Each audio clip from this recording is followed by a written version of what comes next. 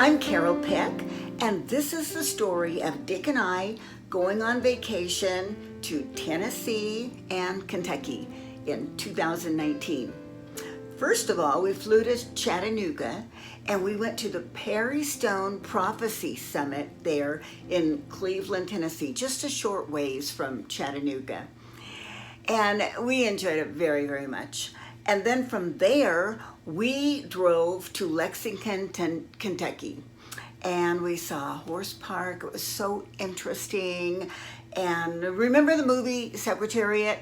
Well, Secretariat is all over Kentucky because it's a real horse and it broke all records, and no one has ever broken the record that Secretariat set. But anyway, it was really fun. It was fun to go there. And then from Lexington, Kentucky, we went to Churchill Downs. You know, when I was a kid, my grandparents took me to the horse races, and I loved the horse races. I even wanted to be a jockey one time when I was a little girl. My dad told me I was just too big already. Jockeys are so small. So anyway, we drove. I wanted to go to the Kentucky Derby because I love the horse races. I wanted to see the Kentucky Derby, which is the greatest horse race of all time. And so it was my birthday. And instead of really getting to go to the Kentucky Derby, I got to do something even better. I got to visit Churchill Downs the week before the Kentucky Derby, and I got to go on a tour of Churchill Downs, and I learned so many things. And it was so much better than fighting all those big crowds on the day of the Kentucky Derby. And you know, Omega Beach was supposed to win that race. He was the favorite. And you know what? The day of the race, they canceled him. But he was the big deal the week before the race. Anyway, that's what we're about to do. And you're just about to see our vacation of Tennessee and Kentucky. Oh, happy day. Oh, happy day. Oh, happy day. Oh, happy day. When Jesus was. When Jesus was. When Jesus was. When Jesus was. When my Jesus was. When Jesus was. He washed my sins away. Oh, happy day. He washed my sins away. Oh, happy day. He taught me how. He taught me how. See, that building is on this property, and the main church is way that way. So this is the big church, the Omega Center.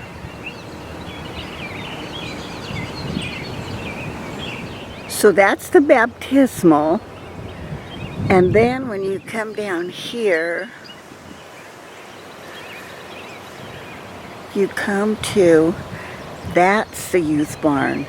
This is the barn where the youth come and pray, sometimes pray all night.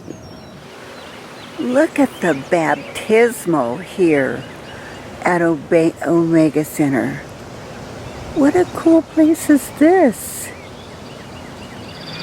Well, look where we are today. We're at the Kentucky Horse Park in Lexington, Kentucky. What a beautiful place this is.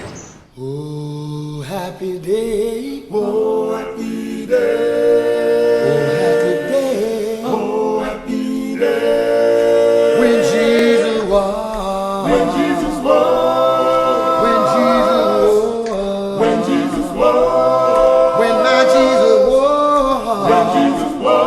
He washed my sins away. Oh, happy day. He washed my sins away. Oh, happy day. He taught me how. He taught me how.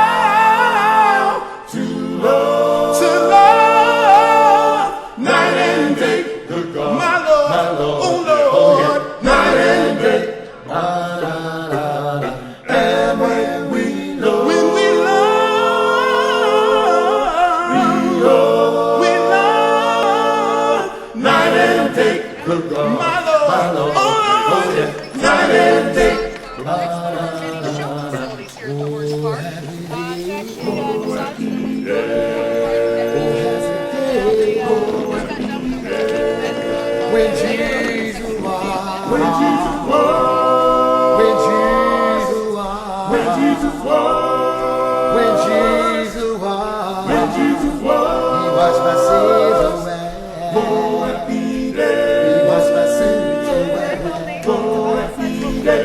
He taught me how. He taught me how to love. Night and day. My Lord. Oh, Lord. Night and day. We're going to stop up here. We're going to ask that everybody get up on that side of the trolley. You're welcome to take a Domestication forever changed the course of human history. But once that little horse got to work, everyone could see that figure was very special in breeds, especially the standard-bred trotter and the American saddlebred. Morgan horses are still filling the show rings across the nation and around the world, competing both within their breed and in open ages onward. They were ridden by knights. What we're going to do for you today is show you some of our famous retired racehorses that we have here in our barn. Now, one of his most memorable performances did come as a 7-year-old, where he boarded that plane for Sweden and came very close to victory in the prestigious Elite Lob, trotting against some of the best horses in the world. As you saw in the video, he was leading down that back stretch, just unfortunately, as he got to the finish line, he got passed. Now, he was officially retired in 2009 as the 9th richest trotter of all time, with nearly $3.6 million in the bank. Trained by Dan Francisco and ridden by the great G.R. Carter, Bono got off to a sizzling start in his career. Hi, buddy. I don't have any carrots right now. I'm sorry. He got off to a sizzling start in his career. He actually won his first 7 races, which is very impressive in itself, including the Grade 1 Golden State Futurity at age 2, where he actually set a new record. He covered that distance of about 4.5 football fields in just over 17.5 seconds. At age 3 in 2004, he won the 3 Grade 1 stakes races that you saw up in that video. Unfortunately, he just lost the Champion of Champions race, the most important quarter horse race of the year, by just a nose. However, he did well enough that year that he was still named the champion 3-year-old gelding, overall champion 3-year-old, and of course, world champion. Now, he became the 8th standardbred pacer and the first in 14 years to win the Triple Crown. As a 4-year-old in 1998, he proved he wasn't done yet, as he paced one of the fastest miles ever recorded at that time of 1:49 flat. This guy's 25 years old. That comes with being a champion. Hasn't got any gray hair yet either. The years that followed, and he was officially retired as a 6-year-old in 2000. He retired as the 5th richest pacing gelding of all time, with over $1.8 million in earnings. He does remain the only gelding of any breed to capture a racing Triple Crown. He won 27 races and was 2nd or 3rd 29 times. Now, he arrived here at the Hall of Champions in July of 2001. Dreamer is now 25 years old, if you can believe it. He's looking really good for his age. Horses generally live anywhere between 25 and 35, and he's definitely about as young as ever, honestly. He's very playful. He likes to play with the toys that we have for him in his stall. He still loves to race. It's just usually the fence line. And he does stand about 16.2 hands tall. He's definitely a big personality and very friendly, and as you can see, one of the prettiest faces we have in our barn, I think. So ladies and gentlemen, let's hear it for our 1997 Pacing Triple Crown winner, Western Dreamer.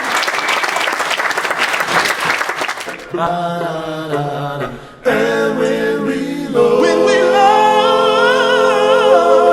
we love, night and day. Night and day. Just you guys.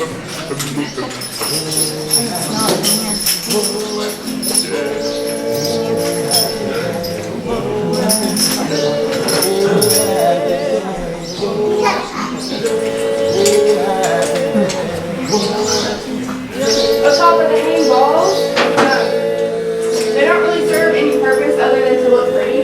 Like Harris was one, and he reared up, and his hang balls went flying off. So this is the Britain. It goes around his butt like this. Why are their tails so short? That's a very good question. This is the Cooper. It goes underneath his tail. So if they're working and you see all these different straps in the harnesses, including the Cooper and the Britchen, if his tail is long, it's gonna rub right here and get caught up in a bunch of stuff. And so they dock their tails so that they're short and stay out of the way better. The grouper does not hurt the horse. It just helps stabilize. I used to have a horse that stood at the fence and let the cow chew off its tail. We are at the Ohio River in Louisville, Kentucky. Oh, happy day. Oh, happy day. Oh, happy day. Oh, happy day. When Jesus was. When Jesus was. When Jesus was. When Jesus was. When my Jesus was. When Jesus was. He washed my sins away. Oh, happy day. He washed my sins away. Oh, happy day. He taught me how. He taught me how to love night and day. Good God, my Lord, oh Lord, night and day. And when we love,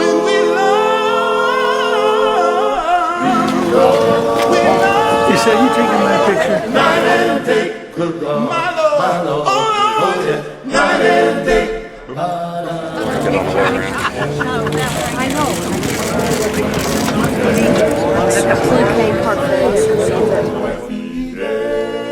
When Jesus was. When Jesus was. When Jesus was. When Jesus was. In the gospel. When Jesus was. When Jesus was. He washed my sins away. Oh, happy day. He washed my sins away. Oh, happy day. He taught me how. He taught me how to love night and day. My Lord, oh Lord, night and day. This one, When we love, All right, I guess I have 15. we love night and day. Good God, my Lord, oh Lord, night and day. Carol? When Jesus was, when Jesus was, when Jesus was, when Jesus was, when Jesus was, when Jesus was, He washed my sins away. Oh, happy day. This is the trainer of Omaha Beach being interviewed.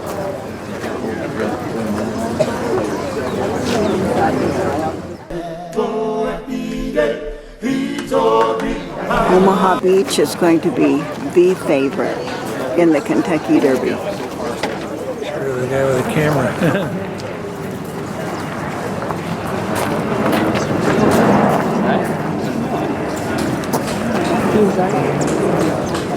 Yeah, they live in these even. Here it is. That's how you. 2 hours? Doing good. Just stay up all that mess down. That's the favorite of the Kentucky Derby, Omaha Beach. Up here you'll see a name that you might know in gold, Secretariat. Secretariat is perhaps the most famous racehorse of all time, and that is not only because he won the Kentucky Derby in record time at 1:59 and 2/5 seconds, he also won the Preakness and the Belmont in record time, in fact winning the Belmont by 31 lengths. That is actually where we got the term "get the lead out" from. People wondering where that came from. But nowadays we wear the jockeys before and after the race. After the race they can weigh a little bit more because you might get mud or water kicked up on you during the race. You can't weigh much less though. You weigh much less, that's how they probably know your turkey day. You're probably not going to get much other than just commission for much under, maybe much under 800 or 900, maybe even 1,000. And the higher up you get, the more expensive the ticket gets. And the closer to the finish line you get, the more expensive the ticket gets. Any other questions? Well, after we took a tour of Churchill Downs and saw all the excitement there the week before the big race, the Kentucky Derby, we decided now we're hungry and we're going to go across the street to the world famous Wagner's. It's been there since the days of horse and buggies. And so we did that, we ate, and then we went on back to our hotel. The next day, we went to Noah's Ark. It was so wonderful to see a life-size depiction of Noah's Ark. They did an incredible job. And so I'd like to show it to you. So you just sit here and enjoy it with us. After the Noah's Ark, we decided that, it's time to go home. So we drove on back to Chattanooga and we went to Ruby Falls. It was in a cave, and we'll show you that too. Stay tuned.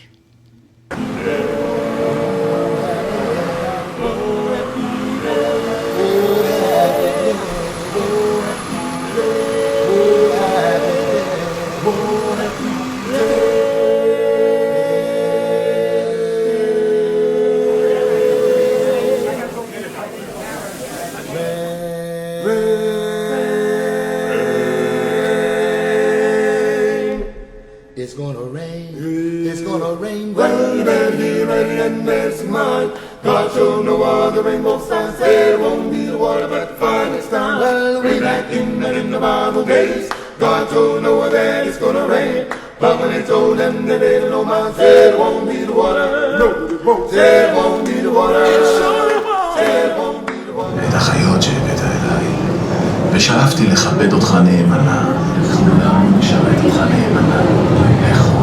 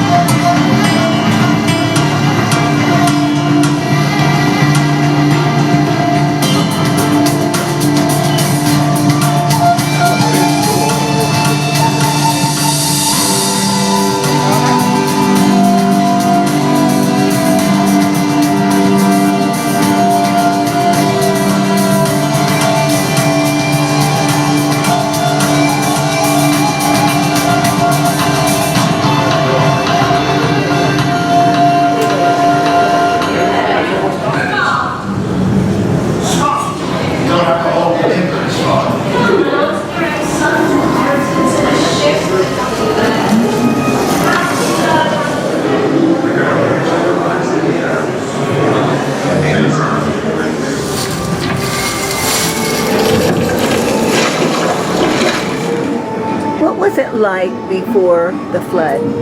What was the world like before the flood? Ah, good question. When I was a young boy, much of the world was beautiful, and many people still loved and served the Creator. But the generations that followed grew extremely corrupt and violent. The world became such a dreadful place. God is now washing it clean.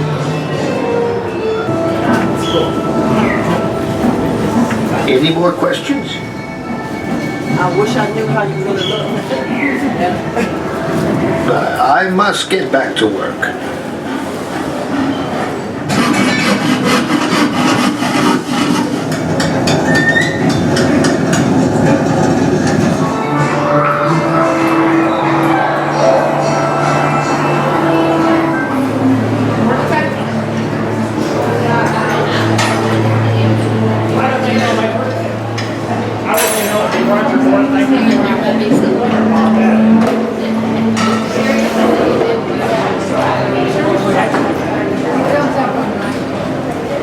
What do you think of this place? Huh? What do you think of this place? Oh, I love it. Great place to eat. You got everything you want. It was delicious, wasn't it? Sure was.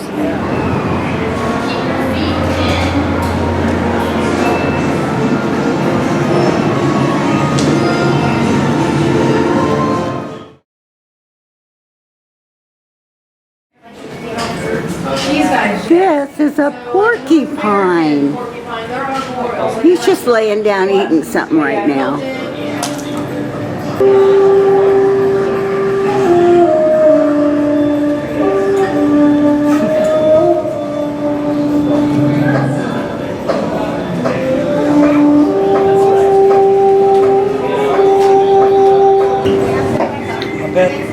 Noah and his family must have had bad breath. Why is that? Also, look at the photograph this, the top Oh, of it. the garlic. He must eat a lot of garlic.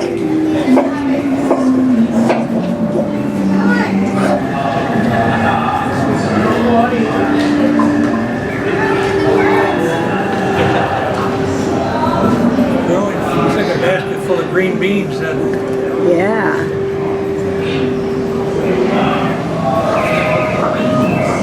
Chirp, chirp, chirp. There must be Noah up there climbing the ladder.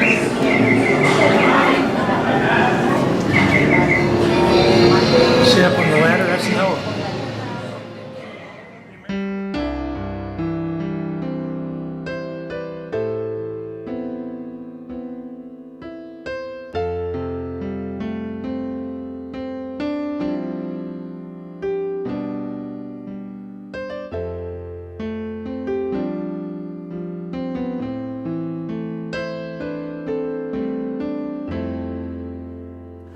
Well, we found a beautiful place right here in Knoxville, Tennessee.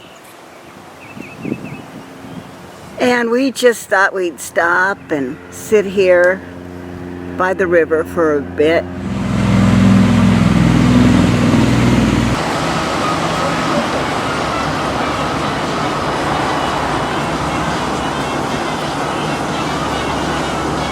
See, we're up here on this tower, and there's the gift shop down below. And then look at all this forest. Now, isn't this just every bit as beautiful and gorgeous as Hawaii? Right here in Tennessee, we can see 3 states: Tennessee, Alabama, and Georgia. I probably said that wrong. It's probably Tennessee, Georgia, and Alabama.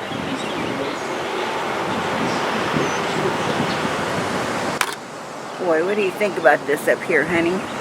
We're up high. Perhaps most notably as a temporary hospital. As Chattanooga became a large railroad hub for the South, it became necessary to construct a tunnel through the end of Lookout Mountain to provide rail access from Nashville to Chattanooga. During the construction of this railroad tunnel in 1905, the Lookout Mountain Cave entrance was intersected and sealed off from outside access. Leo Lambert, a young man living in Chattanooga, had played in Lookout Mountain Cave with his friend Jimmy Fuller for years. In 1923, Mr. Lambert began investigating the concept of drilling an elevator shaft into the side of Lookout Mountain in an effort to reach the old Lookout Mountain Cave and potentially reopen it to the public.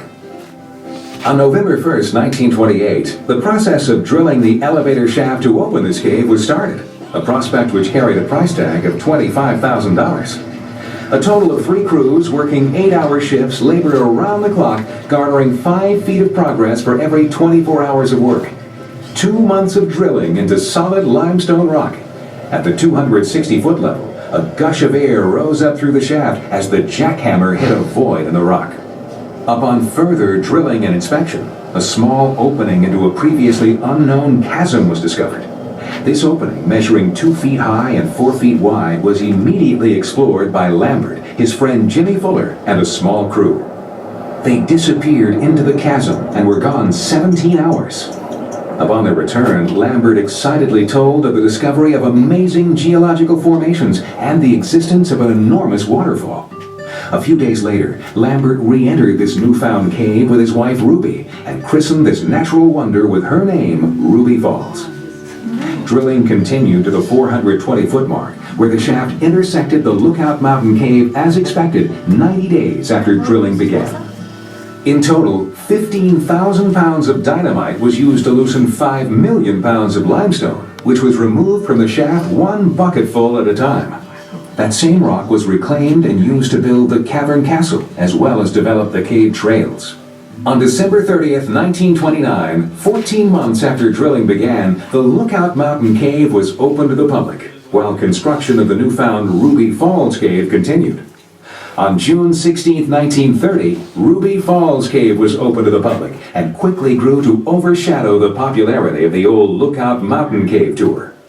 In 1935, tours of the Lookout Mountain Cave were halted because of the enormous popularity of the Ruby Falls Cave and its unusual features, including, of course, the waterfall itself. Since its grand opening, Ruby Falls has hosted millions of people from all corners of the earth.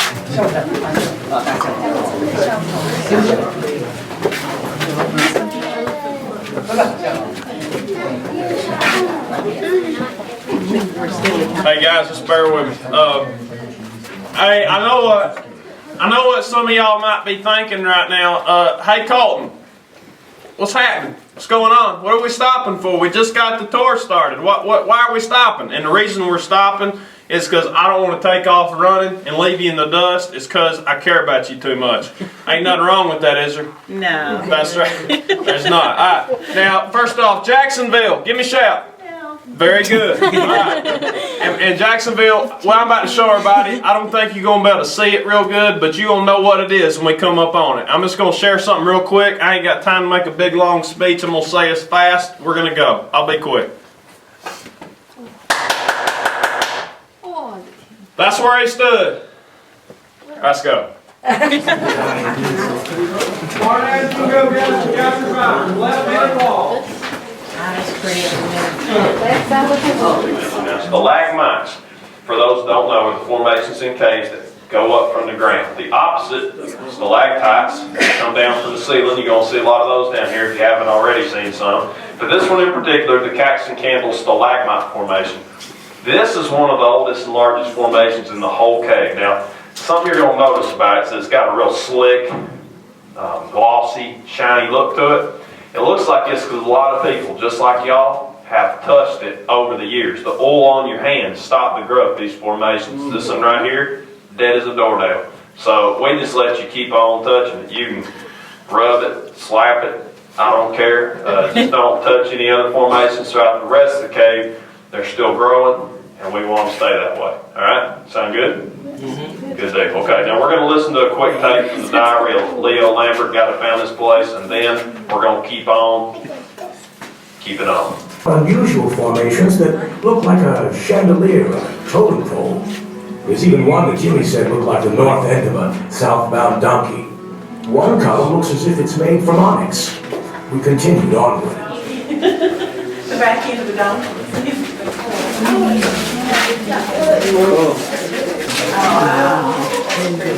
That's water in there. It is? Oh my goodness. Right here. Look at that. That's water.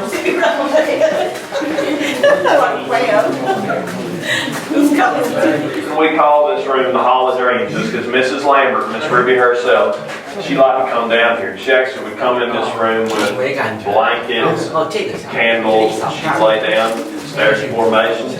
She'd also like to take naps and sleep in here. So because of all that, we call this room the Hall of Dreams. And you're going to notice that there are a lot of funky rocks in here. On the right, you'll see our fish formation. If you need proof it's a fish, there's a name tag that says fish. So it is one. And if you look down in the front where I am, we got the Leaning Tower. Leaning Tower. That's column formation. That's the oldest, largest formation we got at Ruby Falls. And if you look on the tower, you'll find Miss Myrtle the turtle. Do you see the turtle? She's not a big turtle. She's not a sea turtle. She's a little creek turtle. Right here. Okay? Yeah, see, Miss Myrtle has been trying to climb that tower for years and years, and she hadn't made any progress. And you know, at first we thought she's just scared, but it turns out she's a whole lot worse than scared. She's petrified. Wow, that's cool looking.